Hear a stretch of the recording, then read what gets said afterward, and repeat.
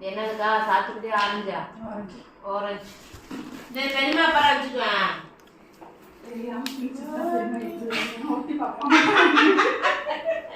எப்படிதான் வச்சுக்குவேன்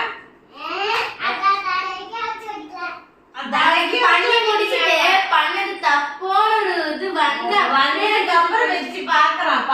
பார்த்தத நானும் பார்த்துட்டேன்.